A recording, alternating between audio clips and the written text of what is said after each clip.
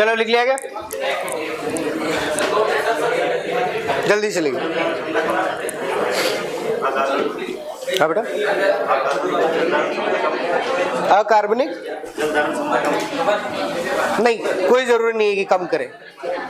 जल धारण क्षमता कम करने का अपन कह नहीं सकते, उसमें हो सकता है कम करे, हो सकता है नहीं भी करे, ठीक है। वो डिपेंड इसी पे करेगा, ऑर्गेनिक मैटर पे, उस पर डिपेंड नहीं करता है, इसलिए, है ना। चलिए लिख लिया गया, ओके। नेक्स्ट बात करें बेटा, अगला जो हमारा टॉपिक है आज का वो क्या है? Types of manures. ओके, मतलब खाद कितने प्रकार के हैं। हमने समझ लिया खाद जो है वो क्या हो रहे हैं बेटा, हमारे जो भी फसल अवशेष या पशु अवशेष है उससे बनाए जा रहे हैं, ठीक है। लेकिन इनका जो घनत्व है क्या है बेटा? घनत्व, ठीक है। या हम कह सकते हैं इनकी जो डेंसिटी है, उस घनत्व के आधार पर, इसकी डेंसिटी के आधार पर हमने इसको क्या किया है? दो प्रकारों में बांटा है। कितने प्रकारों में? ठीक है। डेंसिटी के साथ साथ हमने और क्या करा बेटा, इसके अंदर जो हमारे पास पोषक तत्व है, ठीक है, उन पोषक तत्वों की मात्रा के आधार पर भी ये वर्गीकरण दिया है, दो चीजों के आधार पर, ठीक है। जब इसके अंदर हम बात करेंगे तो हमारे पास दो प्रकार के ऑर्गेनिक मैन्योर से वो आते हैं। एक जो ऑर्गेनिक मैन्योर है उसको हम क्या कहते हैं बेटा? बल्कि ऑर्गेनिक मैन्योर। क्या कहेंगे? हिंदी में कहना चाहे तो हम इसे क्या कहते हैं? स्थूल खाद कहते हैं। क्या कहते हैं बेटा? स्थूल खाद। बल्क डेंसिटी को क्या कहते हैं? स्थूल घनत्व, ठीक है। तो बल्कि ऑर्गेनिक मैन्योर को क्या कह देंगे? स्थूल खाद कह देंगे, ठीक है। स्थूल खाद क्या होता है बेटा? इसके लिए याद रखें, इनका जो घनत्व है, ठीक है, वो घनत्व क्या होता है? थोड़ा कम होता है, ठीक है। उसके साथ साथ इनके अंदर जो पोषक तत्व है वो पोषक तत्व भी क्या होते हैं? कम होते हैं। लेकिन एक चीज ज्यादा होती है, वो क्या है बेटा? कार्बनिक पदार्थ की मात्रा। किसकी मात्रा? कार्बनिक पदार्थ की मात्रा जो है वो क्या होती है? ज्यादा होती है। उन्हें हम क्या बोलते हैं? स्थूल खाद या फिर ऑर्गेनिक, बल्कि ऑर्गेनिक मैन्योर्स कहते हैं। मतलब उनके अंदर जो डेंसिटी है वो क्या होगी? कम होगी, ठीक है। मतलब वॉल्यूम ज्यादा चाहिए, डेंसिटी कम हो गई तो वॉल्यूम क्या हो जाएगा? बढ़ जाएगा। यही बात होती है, ठीक है। जैसे बर्फ की जो डेंसिटी है वो क्या है? कम है। इसीलिए जब आप बर्फ जमाते हैं, फ्रिज में से निकालते हैं प्लेट को और प्लेट को उल्टा करते हैं तो बर्फ गिरती नहीं है, ठीक है। आपको उसके लिए प्लेट को मरोड़ना पड़ता है, ठीक है। फिर कुछ देर बाद जो है फिर आराम से सारी बर्फ निकलती है। तो कारण क्या बेटा? कि जो डेंसिटी है बर्फ की वो क्या है? कम है, तो उसका वॉल्यूम बढ़ जाता है। तो इनका भी क्या होता है? घनत्व या डेंसिटी क्या है? कम है, तो इनका वॉल्यूम क्या हो जाएगा? ज्यादा होगा, ठीक है। और लेकिन इसके अंदर जो पोषक तत्व है वो क्या रहते हैं? कम रहते हैं, ठीक है। मतलब इनका जो भार है वो ज्यादा है लेकिन पोषक तत्व क्या है? कम है। और बाकी बचा हुआ जो भार है वो किससे बन रहा है बेटा? कार्बनिक पदार्थ से, मतलब ऑर्गेनिक मैटर से। तो सिंपल शब्दों में हम कह सकते हैं कि ऐसे ऑर्गेनिक मैन्योर जिनके अंदर ऑर्गेनिक मैटर बहुत ज्यादा है और न्यूट्रिएंट से वो बहुत कम है, उनको हम क्या कहेंगे? बल्कि ऑर्गेनिक मैन्योर या फिर स्थूल खाद, ठीक है। यहाँ पर इसकी डेफिनेशन जो है वो इतनी इंपॉर्टेंट नहीं है, आपको नाम के साथ एग्जाम्पल याद रखने जरूरी है, ठीक है। यहां पर एक पॉइंट और बात करें बेटा, तो एक बात बताओ, जब घनत्व कम हो गया, उसका आयतन जो है उसका वॉल्यूम बढ़ गया, तो इसको ज्यादा मात्रा में देना पड़ेगा या कम? सोच के देखो, पोषक तत्व कम है, डेंसिटी भी कम है, लेकिन वॉल्यूम ज्यादा है। तो अगर आपको 100 किलो नाइट्रोजन देना है, एक तो आ गया अपना यूरिया, ठीक है, उसके मान लिया आपने 3 कट्टे दे दिए, ठीक है, कितने हो गए? मान लिया 150 किलो।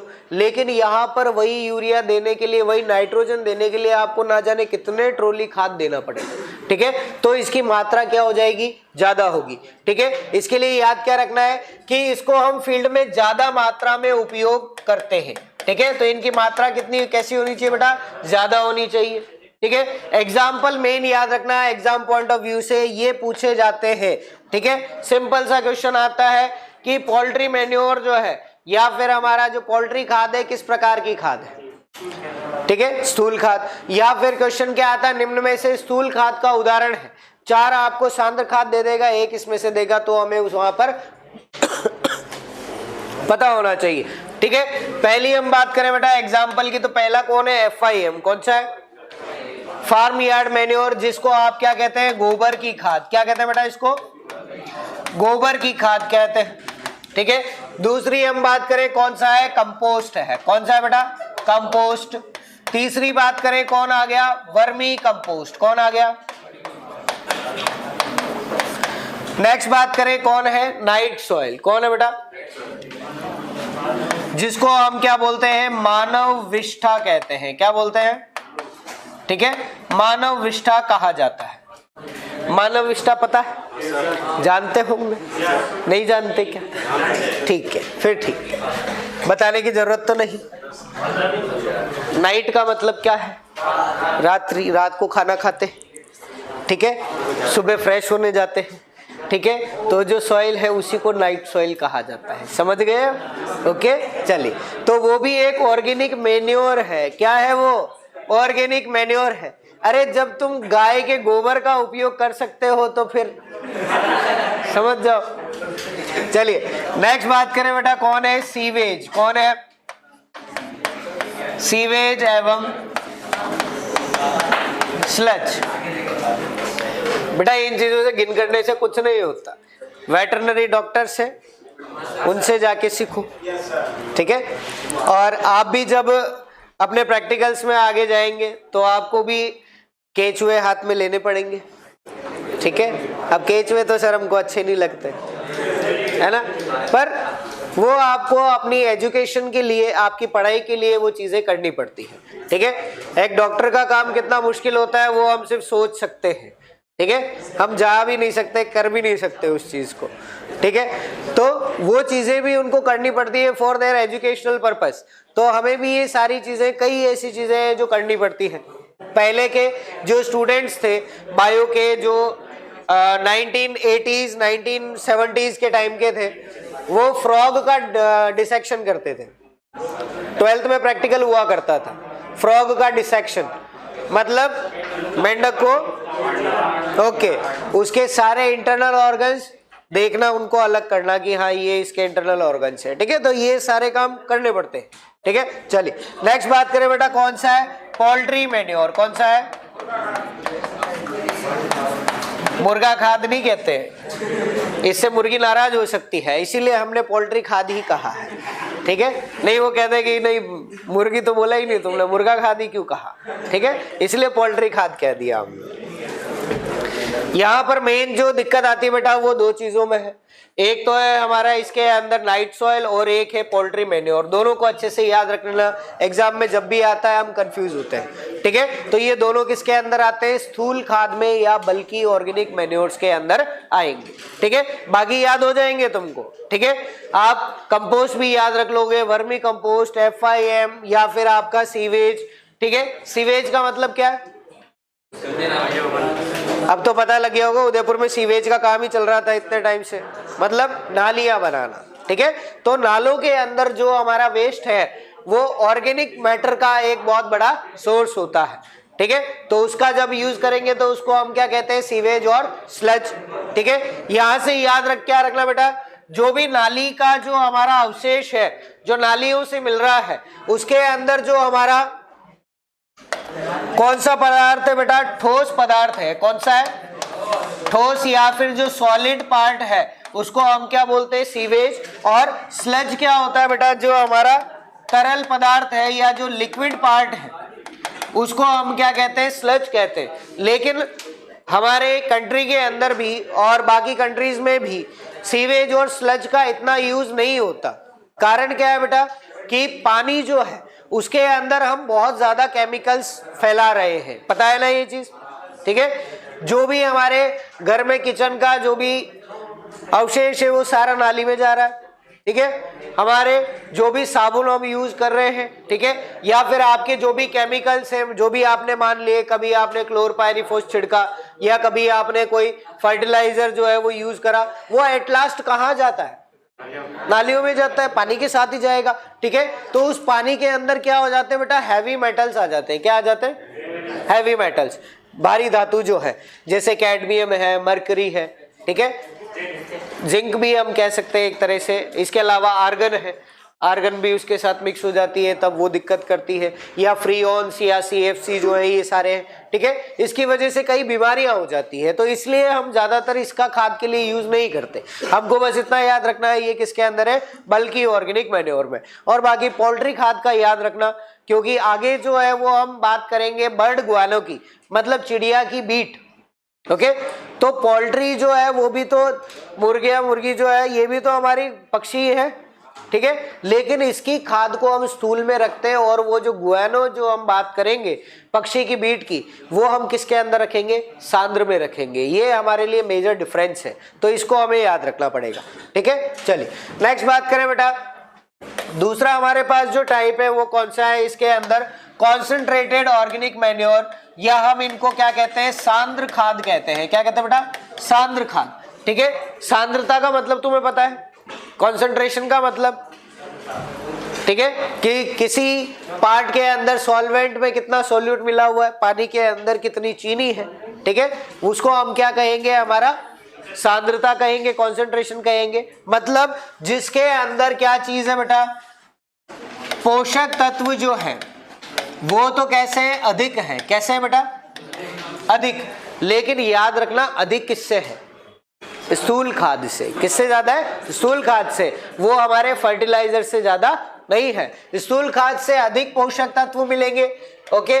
दूसरा हमें याद रखना है इसके साथ साथ कि इसको हम कम मात्रा के अंदर उपयोग करते हैं, ठीक है। जब पोषक तत्व अधिक हो गए, और या फिर हम बात करें भार जो है वो भी इसका क्या हो जाएगा, थोड़ा कम हो जाएगा, ओके।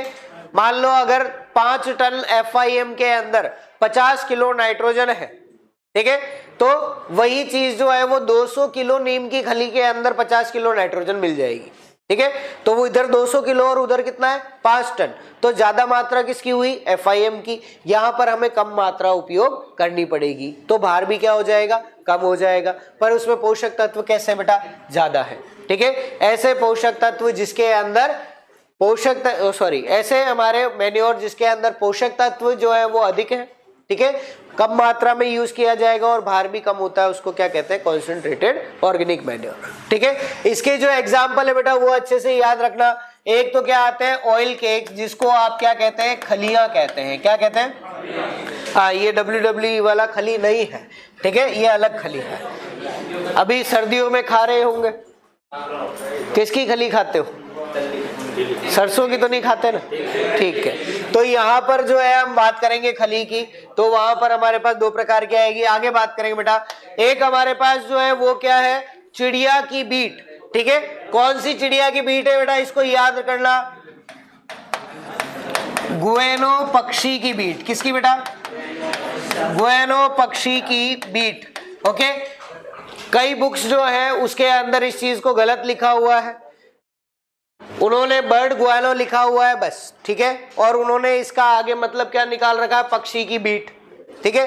तो पक्षी होने में तो हमारी पोल्ट्री जो है वो भी तो पक्षी है, तो उसको हमने वहां क्यों रखा, तो याद रखना गुआनो जो होता है ना बेटा, ये क्या चीज है, एक समुद्री पक्षी है। क्या है बेटा, समुद्री पक्षी है, जो क्या करता है, समुद्र के किनारे पर झुंड में रहता है, ठीक है। तो जब ये वहां पर बहुत सारे हैं तो बीट भी वहां बहुत होगी, ठीक है, तो वहां से हम उसे इकट्ठा कर लेते हैं। ये हर किसी पक्षी की बीट की बात नहीं कर रहे हैं, ठीक है, केवल किसकी बात कर रहे हैं, पक्षी जो है उसका नाम क्या है, गुआनो, ठीक है। तो गुआनो पक्षी की जो बीट होती है उसका हम यूज करेंगे तो उसको सांद्र खाद कहा जाएगा, क्योंकि उसके अंदर लगभग 5.5% नाइट्रोजन के आसपास मिलता है, ठीक है। मतलब FIM से तो काफी ज्यादा है, इसीलिए हमने उसको सांद्र खाद कहा। नेक्स्ट बात करें बेटा, अगला हमारे पास कौन सा है, फिश मील, या फिर हम इसको कह सकते हैं मछली की खाद। किसकी खाद बेटा, मछली की खाद, ठीक है। नेक्स्ट बात करें बोन मील, तो हम इसे क्या कह सकते हैं, हड्डी की खाद। क्या कहते हैं इसको, हड्डी की खाद, या फिर इसको आप हड्डी चूरा भी कह सकते हैं। ब्लड मील को आप क्या कहेंगे बेटा, रक्त की खाद, या फिर आप इसको कह सकते हैं सूखा रक्त। क्या कह सकते हैं, सूखा रक्त। फिर बात करें मीट मील की, तो इसको हम क्या कहेंगे,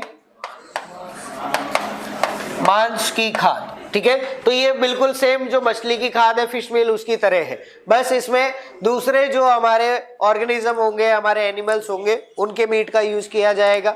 ठीक है, हमें पता है हमारे सभी जो टिश्यूज है उसमें न्यूट्रिएंट्स है ना, तो उन्हीं न्यूट्रिएंट्स का यूज किया जाएगा। हमारे पास जो है यहाँ पर याद रखने वाली चीज क्या है बेटा, कि ऑयल केक्स जो है ना ये किससे बनते हैं, पादप अवशेष द्वारा बनते हैं। ठीक है, लेकिन अगर बात करेंगे बर्ड गुएनो की या फिर फिश मील की, बोन मील, ब्लड मील या मीट मील, तो ये सारे के सारे कैसे होंगे, पशु अवशेष होंगे। कैसे होंगे बेटा, पशु अवशेष। ठीक है, लेकिन जब हम कंपोस्ट की बात करेंगे तो वहां कोई जरूरी नहीं है कि वहां पर केवल और केवल क्या हो, हमारा पादप अवशेष हो, वह पशु अवशेष भी हो सकते हैं, यहाँ पर हम उनका यूज नहीं करेंगे। ठीक है, ये क्वेश्चन जो है हमारे लिए यहाँ पर तैयार होता है कि आपको इतने सारे ऑप्शन दे दे और पूछ ले कि पादप अवशेष द्वारा बनाई जाने वाली खाद कौन सी है, तो आप क्या कहेंगे, ऑयल केक्स। ठीक है, ऑयल केक कब बनती है बेटा,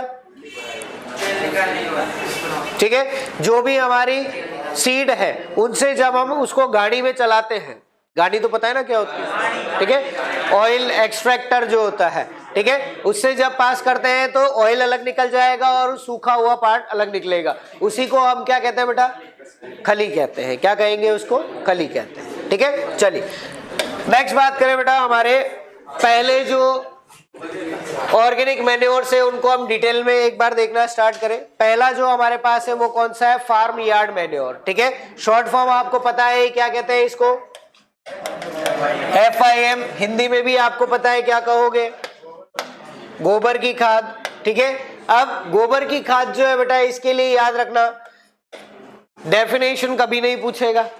ठीक है, पूछ भी ले तो इतना सा करना कि जो भी हमारे फसल व पशु अवशेष है, या फिर हम कह सकते हैं जितने भी हमारे फार्म अवशेष है, कौन से अवशेष बेटा, फार्म अवशेष, मतलब एक जो फार्म है, एक खेत है, उससे मिलने वाले अवशेष। ठीक है, उसके अंदर पशु का गोबर भी मिलेगा, मलमूत्र भी होगा, चारा भी होगा, और हमारी फसलों के दूसरे जो अवशेष है वो भी मिल जाएंगे। ठीक है, तो फार्म अवशेष जो है उनके अपघटन द्वारा, किसके द्वारा बेटा, उनके अपघटन द्वारा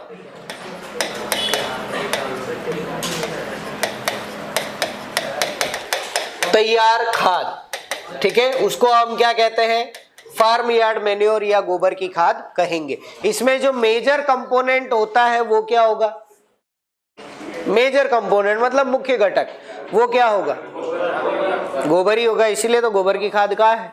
ठीक है, तो मुख्य घटक कौन सा होता है बेटा, इसके अंदर गोबर होता है। ठीक है, चलिए फिर भी बात कर ले इसके अंदर क्या क्या चीजें मिलेगी, तो एक तो क्या मिलता है बेटा इसके अंदर, एनिमल डंग, मतलब हम क्या कहेंगे, गोबर। ठीक है, दूसरा हमें याद रखना है क्या होगा, एनिमल यूरिन, या हम कह सकते हैं पशु मूत्र। ठीक है, इसके लिए याद रखने वाली चीज है, ओके, एग्जाम में पूछा जा सकता है, इंपॉर्टेंट है ये चीज। ठीक है, हम बात करें यूरिन या मूत्र की, तो जो भी हमारे जमीन पर रहने वाले जीव हैं उनके यूरिन में कौन सा तत्व पाया जाता है, जैसे हमने कीटों के लिए कहा था यूरिक एसिड मिलता है, वैसे ही हमारे अंदर क्या मिलेगा, क्या मिलेगा, यूरिया। ठीक है, तो यूरिया है तो नाइट्रोजन होगा, और यही क्वेश्चन हमारे लिए इंपॉर्टेंट बनता है। ठीक है, कि जो एनिमल यूरिन या पशु मूत्र है उसके अंदर नाइट्रोजन कितना % होता है, तो कितना बेटा, 1%। ठीक है, और अगर बात करें किसकी, K2O की, मतलब पोटाश की, तो पोटाश कितना मिलता है बेटा, 1.35%। फॉस्फोरस बहुत कम मिलता है। ठीक है, 0.1 से 0.15 के आसपास ही है, बहुत कम है, इसलिए उसको हम नहीं लिखेंगे, उसके लिए कोई पूछता भी नहीं है। हमको तो पोटाश याद होना चाहिए मेन, और एक नाइट्रोजन। ठीक है, फिर बात करें बेटा यहाँ पर और क्या होंगे, इसके साथ साथ फसल अवशेष, क्या होंगे, फसल अवशेष, तो जैसी फसल होगी उसके हिसाब से उसका न्यूट्रिशन होगा। ठीक है, वो तो हम जानते ही हैं। फिर बात करें इसके अंदर किसकी, कि हमारे जो FIM है इसके अंदर पोषक तत्व जो है वो कितनी मात्रा में मिलते हैं। ठीक है, तो हम जब भी बात करेंगे, चाहे कोई मैन्योर हो या फिर कोई फर्टिलाइजर हो, हमको 3 चीजों की बात तो करनी ही है। कौन कौन सी बेटा, नाइट्रोजन, फास्फोरस और पोटेशियम। ठीक है। यहां से याद क्या रखना कि नाइट्रोजन जो है उस नाइट्रोजन को आप नाइट्रोजन ही लिखोगे, ठीक है, उसको अलग नहीं करना है। NH4+ और NO3- है, वो ज्यादा डिफरेंस नहीं है। दूसरा हम बात करेंगे फास्फोरस की, इसको आपको क्या लिखना है, P2O5 लिखना है, ठीक है। P2O5 का मतलब क्या है, फोस्फेट। क्या मतलब है, फोस्फेट, ठीक है। और लास्ट हमारे पास जो है वो पोटेशियम है, जो किस फॉर्म में होता है बेटा, K2O के फॉर्म में, ठीक है। तो हम इसको K2O को तो क्या कहते हैं, पोटाश कहते हैं। क्या कहते हैं बेटा, ठीक है, इसको क्या कहेंगे, फॉस्फेट। और ये जो है हमारे पास, इसको हम सिंपल नाइट्रोजन या प्योर हिंदी में कहो तो नत्रजन कहते हैं, ठीक है, वही आएगा इसके अंदर, वो अलग नहीं है, ठीक है। अब यहां पर हमारे पास यूनिट्स की बात आती है, हम फर्टिलाइजर जब पढ़ेंगे तब बात करेंगे। यहां से बना हुआ भी एक क्वेश्चन है कि अगर आपको फास्फोरस दे रखा है तो P2O कैसे बनाओगे, सोच के बताओ। अगर फास्फोरस दे रखा है तो P2O5 कैसे बनाओगे, कुछ नहीं करना है सर, फास्फोरस है उसके साथ एक फास्फोरस और जोड़ दो और 5 ऑक्सीजन और जोड़ दो, बन गया, ठीक है, सिंपल है। लेकिन याद क्या रखना बेटा कि जब आप फास्फोरस से P2O5 बनाओगे तो दोनों में से मॉलिक्यूलर वेट ज्यादा किसका होगा, P2O5 का ही होगा ना, फास्फोरस का कम होगा। तो इसका मॉलिक्यूलर वेट क्या होता है, ज्यादा। तो हमें यहाँ पर क्या करना पड़ेगा, मल्टीप्लाई करना पड़ता है। वो हम फर्टिलाइजर जब पढ़ेंगे उस टाइम समझेंगे और उस टाइम इसकी बात कर लेंगे, ठीक है। अभी तो इतना सा याद रखना कि नाइट्रोजन सिंपल ये रखा जाएगा, यहाँ पर हम फॉस्फेट की बात करेंगे और यहाँ पोटाश की बात करेंगे, पोटेशियम की बात नहीं करेंगे, ठीक है। चलिए बात करें बेटा कितना होगा, तो नाइट्रोजन जो है वो तो कितना होता है गोबर की खाद में, 0.5%। अगर पोटेशियम की बात करें तो वो भी कितना है, 0.5%। लेकिन फास्फोरस की बात कर ले तो वो कितना है, 0.25%। आपको यहाँ पर रेशो के अंदर भी क्वेश्चन पूछ सकता है बेटा, क्या अनुपात होगा इसका, यही होगा क्या, ठीक है। 0.25 को 2 से मल्टीप्लाई कर दो, 0.5 आ जाएगा, यही होगा, ठीक है। तो इसका रेशो जो है वो कितना होगा बेटा, 2:1:2। तो ये रेशो भी आपसे पूछ सकता है कि FIM के अंदर नाइट्रोजन, फास्फोरस और पोटेशियम किस अनुपात में पाए जाते हैं। ये आपके लिए एक बहुत अच्छा क्वेश्चन जो है वो फ्रेम होता है, ठीक है, इसको याद रखना अच्छे से। तो हम क्या करेंगे, 2:1:2, ठीक है। और बाकी आपको कंसंट्रेशन याद रखना हो तो 0.5%, उसका आधा कर दो 0.25 और वापस डबल कर दो 0.5%, ठीक है, सिंपल सा है। नेक्स्ट बात करें बेटा इसके अंदर कि जो हमारा FIM है या गोबर की खाद है, इसको खेत में कब उपयोग किया जाता है, ठीक है। तो हम इसको बुआई से पहले ही यूज करते हैं, ठीक है। कभी भी बुआई के बाद जो है इसका उपयोग करना हमारे लिए अच्छा नहीं रहता। कारण क्या है कि ये सरफेस पर रह जाएगा और ये डिकम्पोज होगा तो एसिड बनेंगे, तो उसकी वजह से हमारी अपर सॉइल जो है वो एसिडिक हो जाती, ठीक है, और कोई फायदा नहीं हो पाता। लेकिन इसका उपयोग कब करना होता है बेटा, सोइंग से पहले, और वो भी कितना पहले करेंगे, लगभग 3 से 4 सप्ताह पहले। मिनिमम जो आपको दे रखा है वो 2 सप्ताह दे रखा है मिनिमम, मतलब जिस दिन सोइंग करनी है उसके लगभग 15 दिन पहले तो करना ही है, और 1 महीने पहले कर दो तो सबसे बढ़िया है, ठीक है। तो इसके लिए एक लाइन जो है वो ध्यान रख ले, इसको हम लिख सकते हैं कि इसका उपयोग जो है वो कब किया जाता है, ठीक है। तो हम कह सकते हैं 3 से 4 सप्ताह पूर्व किया जाएगा जब हमें फसल की बुआई करनी है, ठीक है। अब यहां पर बात आती है, सर ऐसा क्यों करते हैं, यूरिया तो हम उसी दिन देते हैं जब मर्जी होती है, ठीक है, लेकिन इसको हम कब उपयोग कर रहे हैं, बुआई से भी 1 महीने पहले, ऐसा क्यों, अच्छा उसका अपघटन हो जाएगा, अच्छा। तो गोबर की खाद के लिए हमने डेफिनेशन ही क्या लिखी है, और कितना अपघटन करोगे, सोच के बताओ। CN रेशो पढ़ लिया क्या, कार्बन नाइट्रोजन अनुपात पढ़ लिया, ठीक है। तो फिर तुम्हें इसका आंसर पता है, बताओ फिर।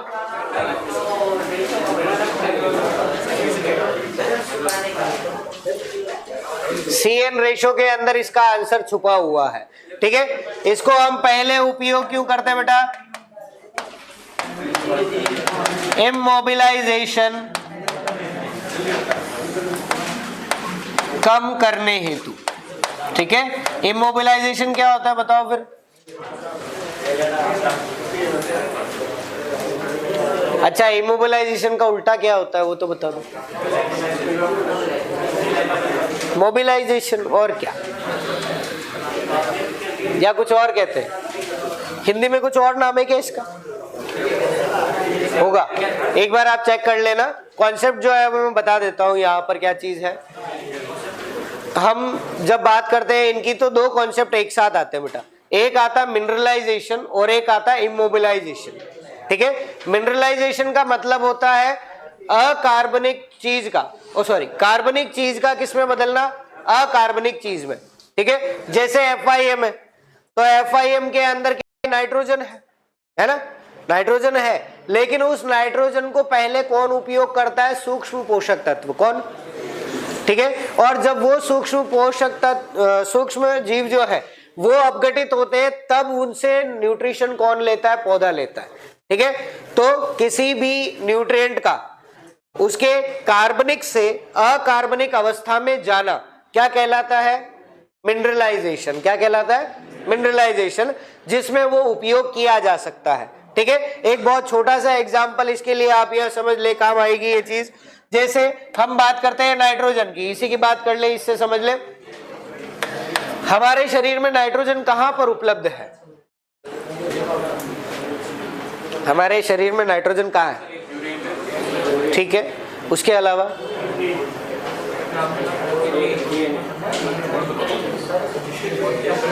अरे DNA में नहीं है क्या? नाइट्रोजन बेस, याद आया? याद आ गया? कहां पर उपस्थित है बेटा? चलो, DNA कार्बनिक है या अकार्बनिक है?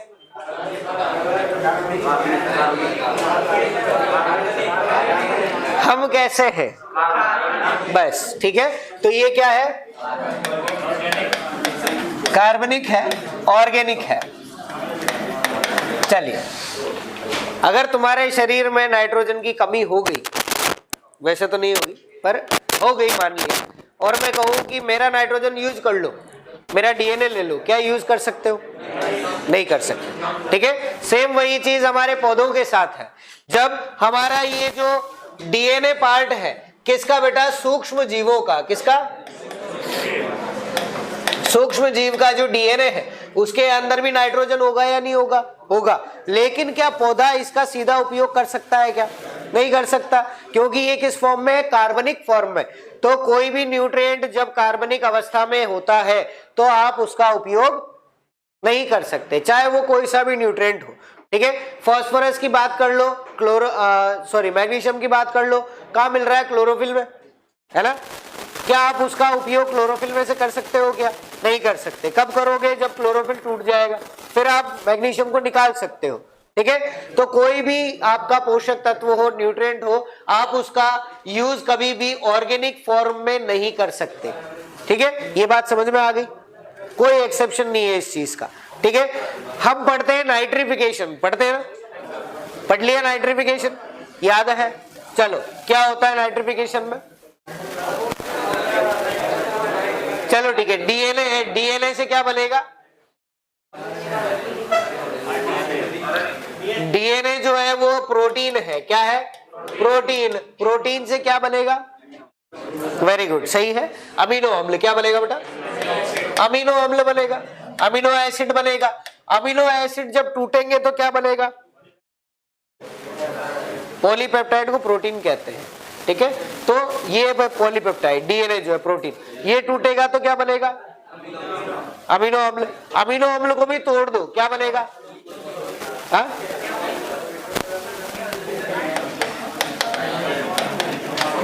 NH4+ क्या बनता है? अमोनियम बनता है। ठीक है, इसको हम बोलते हैं अमीनोफिकेशन, इसको बोलते हैं अमोनिफिकेशन। पढ़ा हुआ है? ठीक है, याद आ गया? ठीक है, फिर NH4+ से क्या बनता है बेटा? NO2-।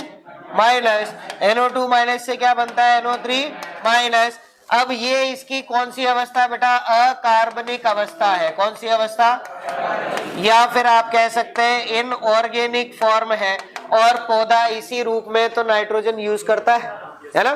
ठीक है, तो ये प्रोसेस जो हुआ बेटा यहाँ पर, जिसके अंदर कोई भी एक तत्व जो है वो कार्बनिक अवस्था से कौन सी अवस्था में गया बेटा? अकार्बनिक अवस्था में। इसको हम क्या बोलते हैं? मिनरलाइजेशन कहते हैं। क्या बोलते हैं? मिनरलाइजेशन कहते हैं। ठीक है, और सिंपल शब्दों में आप इसको अपघटन कह सकते हैं। क्या कह सकते हैं? अपघटन। ठीक है, तो अपघटन का मतलब समझ में आ गया। क्या मतलब है? किसी भी पोषक तत्व का कार्बनिक अवस्था से कौन सी अवस्था में? अकार्बनिक अवस्था। या हम कहें कार्बनिक अवस्था है, क्या ये उपयोग लायक है? क्या नहीं है, तो हम कह सकते हैं कौन सी अवस्था? अनुपयोगी अवस्था से कौन सी अवस्था में बदलना? उपयोगी अवस्था में चले जाना। क्या कहलाएगा? मिनरलाइजेशन या अपघटन। ठीक है, अब दूसरा प्रोसेस याद रखने के लिए कुछ नहीं पढ़ना, एक लाइन याद रखनी है। अगर ये उल्टा हो गया, क्या हो गया बेटा? उल्टा, कि अकार्बनिक अवस्था से किसमें चला गया? कार्बनिक अवस्था में, तो उसको हम क्या बोलते हैं? इमोबिलाइजेशन। क्या बोलते हैं बेटा? हिंदी का एक बार बेटा सर से पूछना, महेश सर से। सॉइल में ये कॉन्सेप्ट है आपका, वहीं पर आप इसको समझ। ठीक है, उसको हम इमोबिलाइजेशन कहते हैं। मतलब ये अब क्या हो गया? फिक्स हो गया। क्या हो गया? फिक्स। अब आप इसका यूज नहीं कर सकते। ठीक है, तो यहां पर जब हम FIM की बात कर रहे हैं बेटा, किसकी बात कर रहे हैं? FIM की। तो FIM का जो नाइट्रोजन है, एक मिनट, FIM का जो नाइट्रोजन है, वो नाइट्रोजन कौन उपयोग करेगा? हमारे सूक्ष्म जीव। कौन? ठीक है, क्योंकि हमारी जो रोड़ी है या फिर जिस जगह पर हम FIM बना रहे हैं, उस जगह पर हमारे सूक्ष्म जीव होंगे या नहीं होंगे? होंगे ना, माइक्रो ऑर्गेनिज्म। तो जो भी नाइट्रोजन था उसमें, वो सारा कौन यूज कर लेता है? Micro organism. अब जब तक आप माइक्रो ऑर्गेनिजम्स को सॉइल में नहीं पहुंचाओगे 3 या 4 हफ्ते पहले, तब तक वो क्या वापस उसके इनऑर्गेनिक फॉर्म में आ जाएगा? क्या सोच के बताओ। माइक्रो ऑर्गेनिजम्स का खत्म होना भी तो जरूरी है ना नाइट्रोजन रिलीज करने के लिए। तो इसीलिए हम क्या करते हैं? उसको 3 से 4 सप्ताह पहले सॉइल में यूज करते हैं। किस लिए? इमोबिलाइजेशन को कम करने के लिए। यही चीज हमें यहाँ पर याद रखनी है, और इसी पर पूरा आपका CN रेशो डिपेंड करता है। आपका पूरा कार्बन नाइट्रोजन अनुपात इसी बात पे टिका हुआ है कि ज्यादा अपघटन किसका होता है? कार्बन का होगा या नाइट्रोजन का? अगर नाइट्रोजन का अपघटन ज्यादा हो रहा है तो CN रेशो बढ़ जाएगा, और अगर नाइट्रोजन का कम हो गया तो CN रेशो कम हो जाएगा। ठीक है, और नाइट्रोजन का अगर अपघटन कम हो गया, उसका टूटना कम हो गया, इसका मतलब क्या हुआ? कि हमारा सारा का सारा कार्बनिक पदार्थ टूट चुका है। ठीक है, इसीलिए हम कहते हैं जब CN रेशो 20:1 से कम होता है तो वो हमारे लिए अच्छा होता है। यही बात होती है ना? ठीक है, और अगर 20:1 से ज्यादा है तो हम कहते हैं वो हमारे लिए अच्छा नहीं है। यही बात है। ठीक है, चलिए इसको लिख लें। लिख लिया? चलिए इसको लिखना है क्या? ये तुमने लिखा हुआ है पहले, लिख लो। टाइम हो गया क्या? खत्म ही होने वाला है।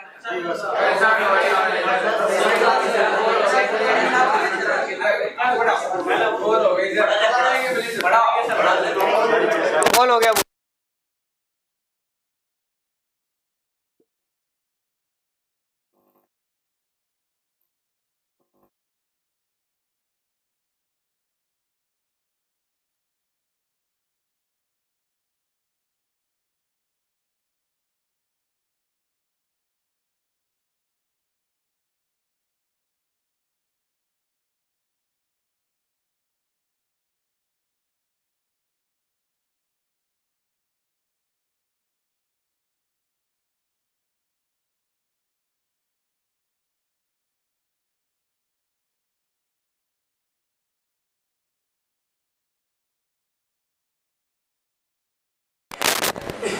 चलो लिख लिया? ओके, अगली बात करें बेटा। इसके अंदर FIM को प्रिपेयर करने के तरीके क्या है? तो कुछ सिंपल सा है, इसके अंदर कुछ याद नहीं रखना। दो तरीके हैं, एक तो है पुराना और एक नया। पुराना तरीका आप देख रहे हो, ये किया जाता है, गांव में आज भी यही करते हैं, इधर से भरा गोबर तगारी पे और रोडी में, ठीक है, वही हम कर रहे हैं। ये क्या है? पुराना तरीका। क्या है बेटा? पुराना तरीका, ठीक है, जिसको हम क्या कहेंगे बेटा? ट्रेडिशनल मेथड, ठीक है, या फिर हम कह सकते हैं हमारा जो पुराना तरीका, ठीक है। पुराना तरीका क्या कहता था बेटा? कि FIM को कहां पर बनाना चाहिए? खुले स्थान पर। कहां पर बनाना चाहिए? खुले स्थान पर बनाना चाहिए, ठीक है। लेकिन यहां पर कुछ दिक्कतें थी। क्या दिक्कत थी बेटा? अगर ऊपर से बारिश हो गई तो, ठीक है, गोबर बह जाएगा। अगर ज्यादा धूप पड़ी और धूप जो है वो 50 डिग्री सेंटीग्रेड तक पहुंच गई तो क्या सूक्ष्म जीव जीवित रहेंगे? नहीं रहेंगे। और वो जीवित नहीं रहेंगे तो अपघटन कौन करेगा? ठीक है। तो यहां पर हमारा जो FIM बनता था उसकी क्वालिटी क्या होती थी बेटा? लो होती थी, ठीक है। ज्यादा अगर वहां पर धूप भी पड़ी तो उसकी वजह से क्या होता था? वहां पर नाइट्रोजन की हानि होती थी। क्या होती थी बेटा? नाइट्रोजन की हानि होती थी। किसके द्वारा होती थी? वाष्पीकरण के द्वारा। किसके द्वारा? वाष्पीकरण के द्वारा या वोलेटिलाइजेशन के द्वारा, ठीक है। मतलब हमारी नाइट्रोजन जो है वो गैस के रूप में चली जाती थी, ठीक है। ये हमारा यह नुकसान था। अगला, अगर वहां पर हमारे सूक्ष्म जीव भी कम हो गए, माइक्रो ऑर्गेनिज्म कम हुए, तो टाइम जो है वो ज्यादा लगता था। कितना टाइम लगता था? लगभग 6 से 8 महीने लग जाते थे, इतना टाइम लगता था। और कई बार तो आज भी देखा जाता है कि गोबर की खाद जो खेत में डाल रहे हैं वो अभी भी कच्ची है, जबकि वो 1 साल पहले बनाना चालू कर रहे थे, ठीक है।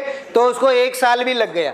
बट मिनिमम जो है वो कितना चाहिए था? 6 से 8 महीने हमको चाहिए थे। फिर एक साइंटिस्ट आए जिनका नाम क्या था? CN आचार्य। कौन है बेटा? CN आचार्य। इन्होंने कौन सा मेथड लेके आया बेटा? Trench method. कौन सा मेथड? ट्रेंच मेथड, जिसको हम क्या कहेंगे? इसकी नाली विधि। कौन सी विधि बेटा? नाली विधि। इन्होंने कहा कि तुम खुले स्थान पर रोड़ी बनाकर इस तरह से मत करो, आप सिर्फ किसी जगह जहां पर छाया हो उस जगह पर नीचे एक गड्ढा बनाओ। गड्ढे की साइज जो है वो तुम्हारी मर्जी, जैसे चाहे रख लो। तुम उसकी लंबाई जो है वो चाहो तो कितनी रखो बेटा? 6 से 8 मीटर। कितनी रखो? ठीक है। ये जो प्लेटफॉर्म है पूरा यहां से यहां तक का इतना मान लो, इतनी तुम उसकी लंबाई रखना चाहो रखो। कम रखना चाहो वो भी रख सकते हो, ज्यादा रखना चाहो वो भी रखो, ठीक है। उसकी चौड़ाई की बात करी तो उन्होंने कहा लगभग कितनी होनी चाहिए? 1.5 से हम कह सकते हैं 2 मीटर। कितनी होनी चाहिए? 2 मीटर। ये भी हमारे पास कोई रेस्ट्रिक्शन नहीं है, आप इसको 3 मीटर 5 मीटर भी ले जा सकते हो। लेकिन इन्होंने क्या कहा? जब आप उसकी गहराई की बात करोगे, किसकी बात करोगे बेटा? गहराई की। तो गहराई जो है वो हमेशा कितनी होनी चाहिए? 1 मीटर। इससे कम रखनी है तो रख लेना, इससे ज्यादा मत रखना, ठीक है। 1 मीटर में कितने फीट होते हैं बेटा? 3 फीट। कितने फीट होते हैं? 3 फीट नॉर्मली हम मान लेते हैं, ठीक है। कितने फीट होते हैं? 3 फीट। तो उन्होंने कहा कि आप चाहे लंबाई कितनी रखो, चौड़ाई कितनी रखो, बस गहराई जो है वो 3 फीट से ज्यादा नहीं होनी चाहिए। हमने पूछा ऐसा क्यों? तो उन्होंने क्या कहा कि हमारे सूक्ष्म पोषक तत्व है उनको ऑक्सीजन भी तो चाहिए ना, ठीक है। तो ऑक्सीजन नहीं मिलेगी, 3 फीट से ज्यादा कर दिया तो नीचे प्रेशर ज्यादा होगा, ठीक है। और ऑक्सीजन नहीं मिलेगी तो नीचे अपघटन नहीं होगा। इसीलिए उसकी जो गहराई है वो लास्ट हमें कितनी रखनी है बेटा? 1 मीटर रखनी है, इससे ज्यादा नहीं रखनी चाहिए।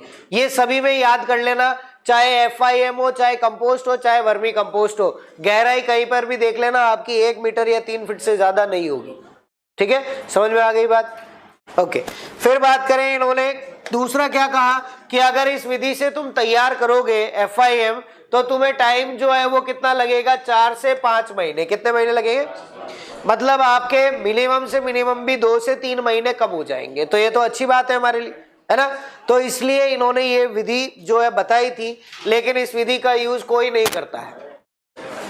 कोई करता है क्या? नहीं करता, ठीक है। अच्छा नहीं लगता, हमें तो खुले में ही अच्छा लगता है, वहीं पर रोड़ी बनाएंगे, वहीं पर गोबर डालेंगे, ठीक है। चलिए लिख लो इसको, लिख लो। तुम्हारे दिमाग के घोड़े कहाँ कहाँ दौड़ने चले जाते, कंट्रोल में रखो, जल्दी लिखो।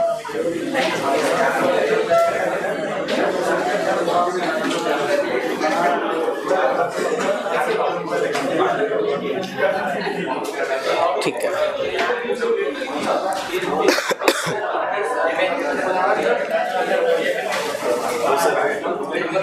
चलो लिखा बेटा, ओके। नहीं लिखा गया, पड़ोसी से संपर्क करो फिर। चलिए अगली बात करें बेटा। अगला जो हमारे पास हमारा मैन्योर है वो कौन सा है बेटा? कंपोस्ट। कौन सा है? कंपोस्ट। कंपोस्ट जो है और FIM में दोनों में कोई अंतर नहीं है, ठीक है, कोई अंतर नहीं है एक को छोड़ के। एक सिंपल सा अंतर ये है कि हम यहाँ पर फार्म अवशेष के अलावा जो हमारा शहरी अवशेष है, जिसके अंदर हमारी सब्जियां, उसके छिलके, चाय पत्ती या फिर जो भी हमारे नाले का वेस्ट है, वो सारा भी यूज कर सकते हैं, ठीक है। इसके अलावा कोई डिफरेंस इसके अंदर नहीं है। ये बिल्कुल FIM की तरह। वहां पर मेजर कंपोनेंट क्या था? गोबर था, बात करी ना हमने, ठीक है। यहाँ पर मेजर कंपोनेंट हम पता ही नहीं लगा सकते, ठीक है। मेजर कंपोनेंट क्यों पता नहीं लगता बेटा? क्योंकि यहाँ पर जितना भी कार्बनिक अवशेष मिलता है वो सारा हम डाल सकते हैं। आपको जो मिला, कागज मिल गया कागज डाल दो, ठीक है। कहीं से चारा मिल गया चारा डाल दिया, गोबर मिल गया वो भी डाल दिया, ठीक है। बस उसके अंदर कांच और प्लास्टिक वगैरह मत डालना, वो कार्बनिक नहीं है, ठीक है। बाकी जितना भी कार्बनिक पदार्थ मिले वो हम यूज कर सकते हैं। तो जो भी हमारा कार्बनिक पदार्थ है बेटा, उस कार्बनिक पदार्थ पर जो भी हमारे सूक्ष्म पोषक तत्व सूक्ष्म जीव है, उनके द्वारा अपघटन से तैयार जो हमारा खाद है उसको हम क्या कहेंगे बेटा? कंपोस्ट कहेंगे। क्या कहेंगे? कंपोस्ट, ठीक है। अब हमने यहाँ पर क्या कहा? जितना भी कार्बनिक पदार्थ मिल रहा है आप सब यूज कर सकते हो, ठीक है। तो अब हम चलते हैं शहरों की तरफ। शहरों में कार्बनिक पदार्थ जो है वो क्या क्या मिलेगा बताओ? शहरों में कार्बनिक पदार्थ ज्यादा क्या मिलेगा? सब्जी मंडी, उसका कार्बनिक पदार्थ जो है सारा, मतलब वहां का अवशेष जो है। दूसरा हम बात करें नाले, नालियां जो भी है उनसे मिलने वाला अवशेष पदार्थ, ठीक है। ये तो हो गई शहरों की बात। अब थोड़ा गांव में भी चल लेते हैं। गांव गए, वहां पर पूछा कि यहाँ पर क्या कार्बनिक पदार्थ मिलेगा, तो उन्होंने कहा कि ये गोबर, ठीक है, या फिर पशुओं के द्वारा जो भी अवशेष मिल रहा है और हमारी फसल का अवशेष। तो दोनों अलग है या नहीं है? सोच के बताओ, अलग है या नहीं है? अलग है ना? अलग है तो दोनों में न्यूट्रिएंट कंटेंट भी अलग अलग होगा। तो उसी के आधार पर हमने इसको दो भागों में बांट दिया बेटा। एक हमने क्या कहा? Farm compost. क्या कहा? Farm compost. दूसरा हमने कहा जो है वो कौन सा है? शहरी कंपोस्ट। कौन सा कंपोस्ट है बेटा? शहरी कंपोस्ट, ठीक है। तो जो हमारी शहरों के अंदर बनाया जा रहा है उसको हम क्या कहेंगे? शहरी कंपोस्ट। और जो हमारे गांव से मिल रहा है उसको क्या कहेंगे? फार्म कंपोस्ट, ठीक है। अब इन दोनों में से ज्यादा पोषक तत्व किसमें होंगे?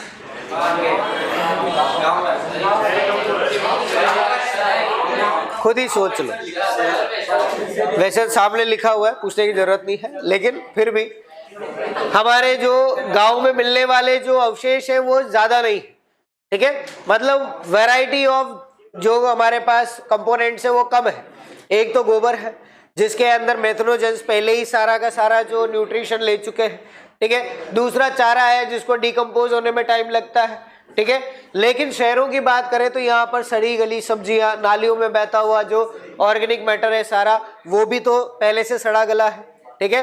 तो न्यूट्रिएंट का कंटेंट ज्यादा किसमें होता है बेटा? शहरी कंपोस्ट में। किसके अंदर होता है? शहरी कंपोस्ट में, ठीक है। अगर बात करें हम फार्म कंपोस्ट की तो कितना होता है? 0.8% तो क्या मिलता है?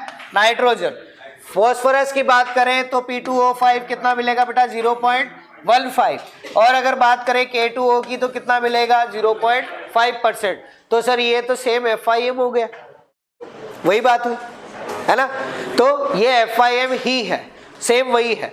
लेकिन जब इसको हम शहरों में बनाते हैं तब ये न्यूट्रिएंट जो है वो ज्यादा होते हैं। नाइट्रोजन की बात करें बेटा तो कितना होगा 1.4%, कितना होगा, ठीक है। अगर बात करें फॉस्फोरस की तो कितना होगा 1%, और अगर पोटाश की बात करें तो वापस 1.4%, ठीक है। कई बुक्स के अंदर अलग लिखा हुआ है, कईयों के अंदर आपको रेंज भी दी हुई है, किसी में 0.8 से लेकर 1.5 भी दिया हुआ है नाइट्रोजन, ठीक है। लेकिन हम जो बात कर रहे हैं वो एक एवरेज फिगर है, ओके। जो हमारी ICAR की बुक्स जो है उसके अंदर जो एवरेज दिया हुआ है वो चीज हमने यहाँ पर बात करी है, ठीक है।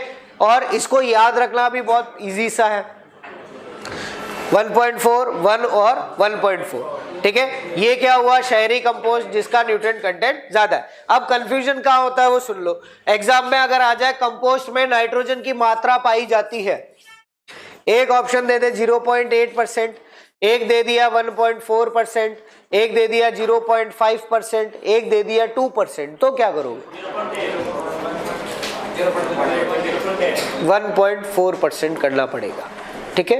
कारण क्या है वो सुन लो।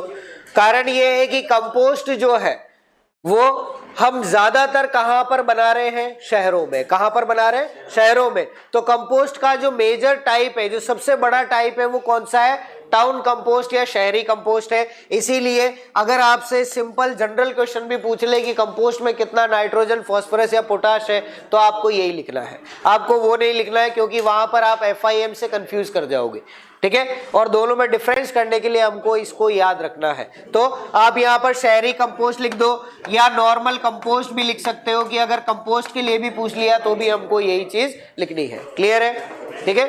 चलो लिख लिया, ओके। चले आगे, नेक्स्ट बात करें बेटा। ये हमारी कुछ मेथड्स है जो कंपोस्ट प्रिपरेशन के लिए हम यूज करते हैं, ठीक है। पहला जो मेथड हम यूज करते हैं बेटा उसको हम क्या बोलते हैं, इंदौर मेथड। क्या बोलते हैं, क्या कहेंगे, इंदौर मेथड या इंदौर विधि कहेंगे, ठीक है। बात आती है कि इंदौर विधि क्यों कहा, क्योंकि ये इंदौर में डिस्कवर किया गया था, ठीक है। इंदौर में हमारे जो साइंटिस्ट थे, एक का नाम क्या था, एल्बर्ट होवार्ड। क्या नाम था, एल्बर्ट होवार्ड।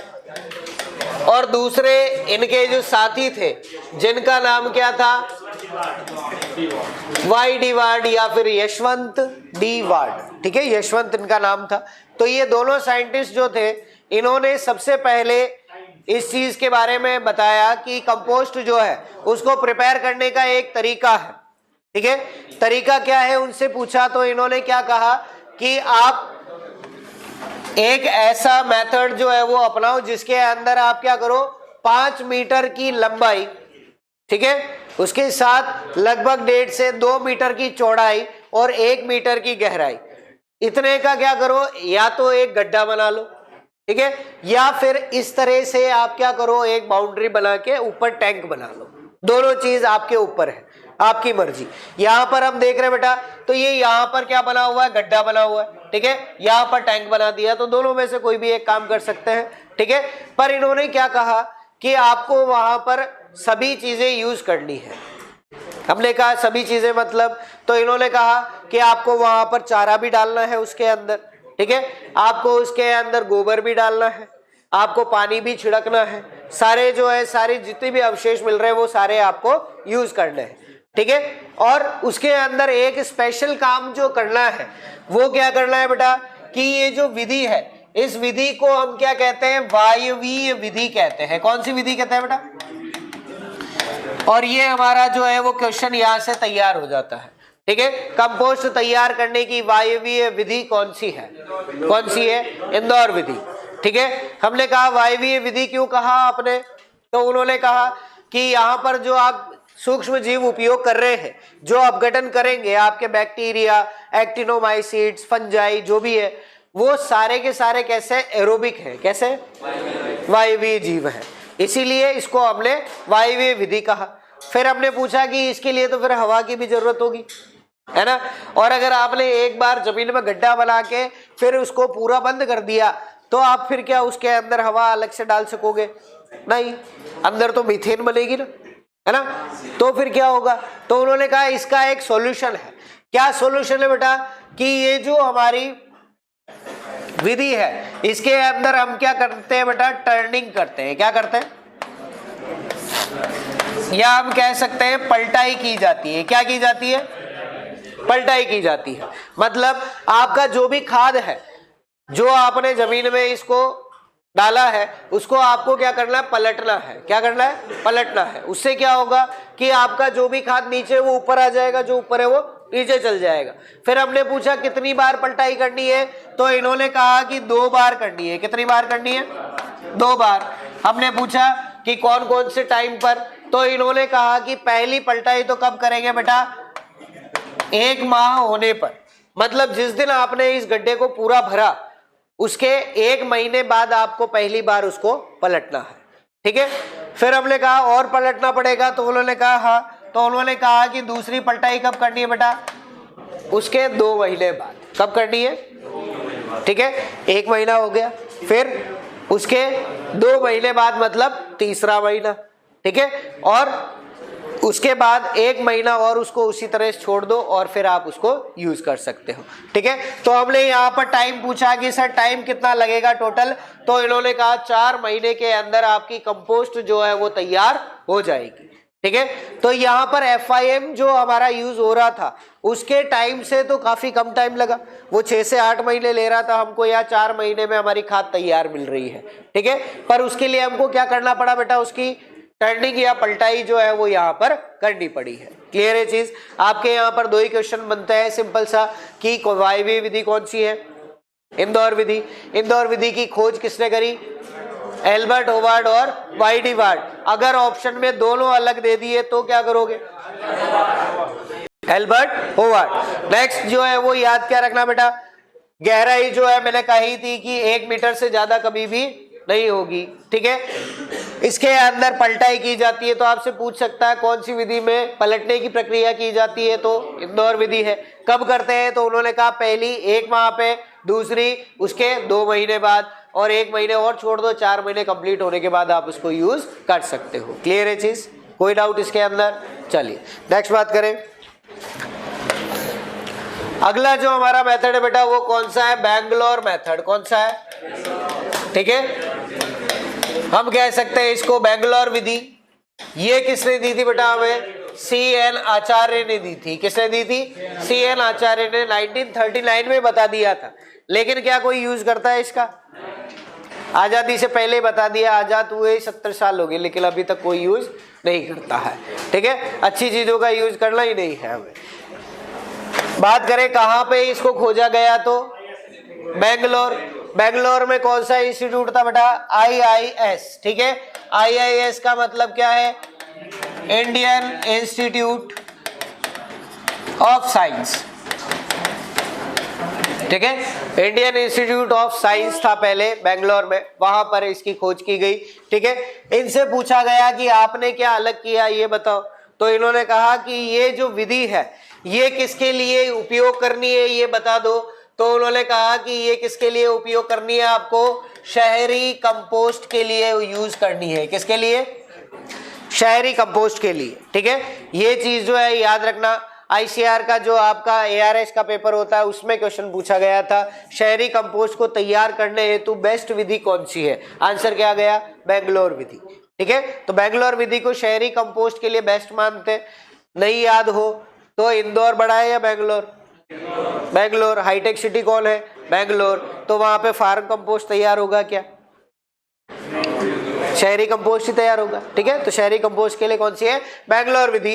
इन्होंने कहा कि ये जो विधि है वो इंदौर विधि से इसलिए अलग है क्योंकि ये कैसी है? एनारोबिक मेथड, या फिर हम कहें अवायवीय विधि है। कैसी विधि है बेटा?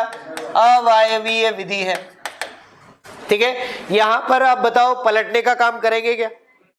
क्योंकि अवायवीय है, वहां पर तो पलटने का काम क्यों कर रहे थे? क्योंकि वो एरोबिक विधि थी। ये कैसी है? अवायवीय विधि, इसीलिए पलटने का कार्य नहीं किया जाता। सिंपल सा याद रखना। इसके अंदर पलटाई नहीं की जाती है। ठीक है, बात करें टाइम कितना लगता है, तो टाइम तो बराबर ही लगता है सर। ठीक है, जितना इंदौर विधि में लग रहा था उतना का टाइम जो है वो इसी के अंदर भी लगेगा। ठीक है, फिर इनके लिए हमने एक चीज और समझी कि यहाँ पर जो हम अवशेष यूज कर रहे हैं वो क्या क्या यूज करेंगे। तो इन्होंने कहा कि आप कोई सा भी अवशेष यूज करो, लेकिन शहरों में क्या है, पॉपुलेशन ज्यादा है या नहीं। ठीक है, वहां पर गोबर मिले या ना मिले, नाइट सॉइल जरूर मिलेगी। तो इसीलिए वहां पर हमें याद रखना है बेटा कि जो हमारा मुख्य घटक है, इसका क्या घटक है, मुख्य घटक या मेजर कंपोनेंट जो है वो क्या है बेटा, इसका मानव विष्ठा। क्या है बेटा, क्यों सच है ना, ये तो कुछ गलत कहा क्या मैंने? अब ये गाय भैंसे तो मिलेगी नहीं, उससे ज्यादा इंसान रहते हैं। ठीक है, तो इसलिए नाइट सॉइल जो है वो इसका क्या होता है बेटा, मेजर कंपोनेंट है। और ये जो है वो शहरों के अंदर वेस्ट को कम करने का बहुत ही अच्छा भी है। ठीक है, फिर बात करें इसके लिए हम क्या करते हैं, तो वही सेम चीज जो है करनी है बेटा कि हमको एक गड्ढा बनाना है। ठीक है, या फिर आप ऊपर बनाना चाहो तो ऊपर टैंक बना लो। ठीक है, इसके अंदर जो है जितने भी आपके अवशेष है वो सब आपने यहाँ पर इस पर बिछा दिए। ठीक है, सॉइल से थोड़ा ऊपर तक आप ले आए और उसके बाद फिर आप क्या करते हैं कि इसको मिट्टी से पैक करते हैं। किससे पैक करते हैं बेटा, मिट्टी से। तो यहाँ पर लगभग 2 इंच मोटी मिट्टी की परत जो है वो लगा दी जाती है और इसको 4 महीने के लिए छोड़ दिया जाता है। ठीक है, 4 महीने बाद फिर इस मिट्टी की परत को तोड़कर फिर हम जो भी हमारा मैन्योर है उसको हम निकाल सकते हैं। ठीक है, खास बात क्या करनी है बेटा, यहाँ पर जब हमारा जो ऑर्गेनिक मैन्योर अंदर है उससे गैसेस बनेगी या नहीं बनेगी, बनेगी। तो इस विधि से हमें दिक्कत क्या होती है, ज्यादातर जो इसका नुकसान है वो ये कि अगर हम इसको ऊपर से पैक भी कर देते हैं ना तो भी यहाँ पर क्रैकिंग हो जाती है। क्या होती है, क्रैकिंग, क्योंकि गैस है। आप जानते ही हो क्या होता है। ठीक है, उसकी वजह से जब गाय को इतनी प्रॉब्लम हो जाती है। ठीक है, आपने यहाँ पर ऊपर अगर टैंक बना दिया और उसमें से गैसेस जो है वो नहीं बाहर आ पाई तो वो क्रैक हो जाएगा। ठीक है, इसीलिए ज्यादातर हम क्या करते हैं, गड्ढा बनाकर ही इसका यूज जो है वो करते हैं। ठीक है, याद क्या रखना बेटा, बैंगलोर विधि किसने खोजी?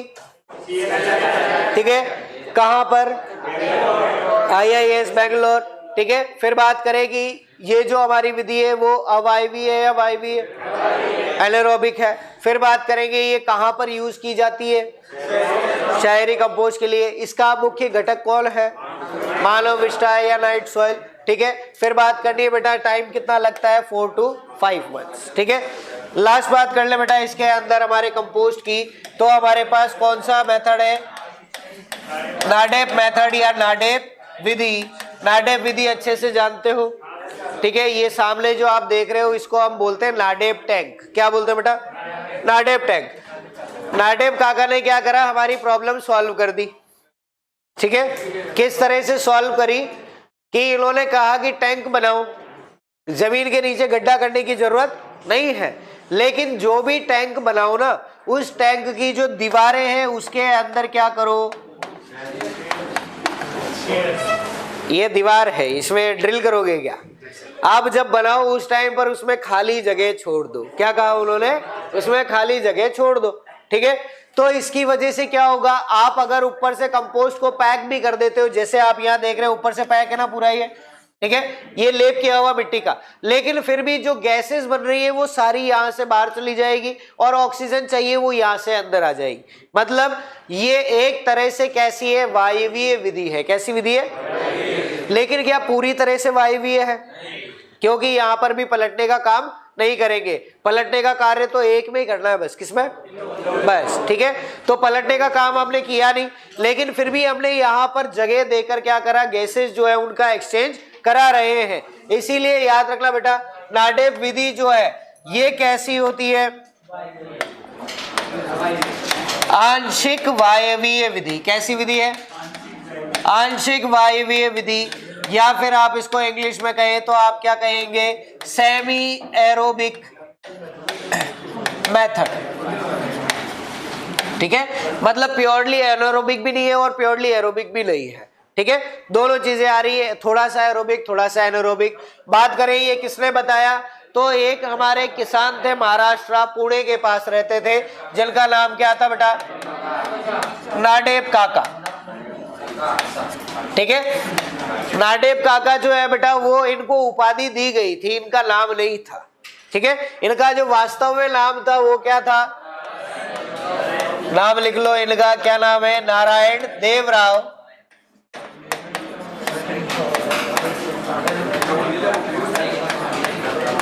पांडेरी पांडे। क्या नाम था इनका? नारायण देवराव पांडेरी पांडे। इतना लंबा नाम था, इसीलिए हमने कहा थोड़ा छोटा कर देते हैं। ठीक है, इतना लंबा नाम नहीं बोला जाएगा, इसीलिए हमने क्या कह दिया? नाडेब काका। ये कौन थे बेटा? एक फार्मर थे। कौन थे?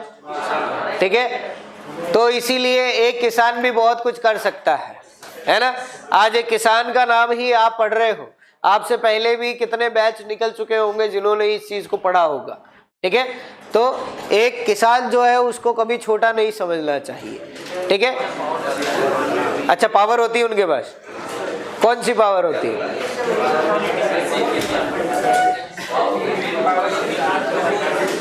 सोच के बताओ। ओके, उनके पास एग्रीकल्चर पावर होती है, चीजों को उगाने की। ठीक है, अन्न को पैदा करने की पावर है जो किसी के पास नहीं है, और सबसे ज्यादा जरूरत ही अन्न की होती है, खाना ही तो चाहिए। कोई कहेगा सर हम तो जीते ही खाने के लिए, ओ सॉरी हम तो खाते ही जीने के लिए हैं, है ना। चलिए फिर बात करें बेटा कि हमारे जो फार्म वेस्ट है उसके लिए हमने दो विधि पढ़ ली है, पढ़ी या नहीं पढ़ी? एक तो इंदौर विधि और एक कौन सी? नाडेब विधि। शहरी कंपोस्ट के लिए हमने पढ़ ली बेंगलोर। ठीक है, तो जो हमारी फार्म कंपोस्ट है उसके लिए दो विधि है। अगर पूछ ले दोनों में से सबसे अच्छी कौन सी है तो क्या करना है? नाडेब विधि। ठीक है, तो इसके लिए याद रखें कि जो हमारा फार्म कंपोस्ट है, ठीक है, उस फार्म कंपोस्ट हेतु सर्वाधिक उपयोगी विधि कौन सी है? तो आप क्या करेंगे बेटा? नाडेब विधि करेंगे। ठीक है, इसके अंदर भी टाइम कितना लगता है बेटा? 4 महीने का टाइम जो है वो इसके अंदर लगता है। क्लियर है? समझ में आ गया अच्छे से? कोई दिक्कत? FIM compost manure fertilizer complete. ठीक है, नेक्स्ट क्लास में हम पढ़ेंगे अपना वर्मी कंपोस्ट, ठीक है, ग्रीन मैन्योर, और हमारे जो फर्टिलाइजर्स है वो स्टार्ट करेंगे। ओके।